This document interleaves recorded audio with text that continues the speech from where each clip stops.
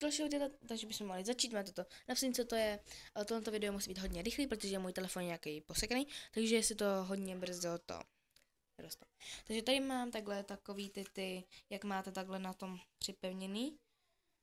Ty mám tady všechny, to jsou všechny, které jsem použila a na každý té bavlnce jsou 2, takže si nemyslíte, že mám miliony bavlnek. Jenom 36. Takže tady mám takhle ty bavlnky, tady jsou modrý odstíny, zelený, černý, tady jsou fialový, červený, oranžový, tady jsou hnědý, žlutý a takový tělový a bílá tady je. Pak tady mám takhle zámek na to, protože tady mám krabičku. Tak když si to takhle zavřu, tak mám tady očko a na krytu mi psali, že to jde jako tam dát zámek, takže zámek, tam můžu dát, tak. Tady mám takhle ty zbytečky, které jsem vyšívala a nějaký mi zbyly. Tady mám takhle tušku, tak mám přehrádky, protože ty přehrádky jdou vyndavat, vidíte to? Tak.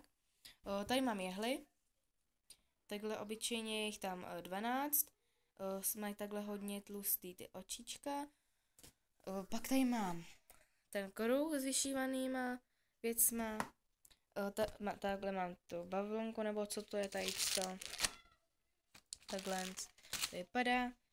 Tady mám takhle vyšitý nějaký věci a to je všechno, takže díky za shlédnutí, dejte like nebo dislike a odbírejte, prosím. Ale dislike by prosím neprosila.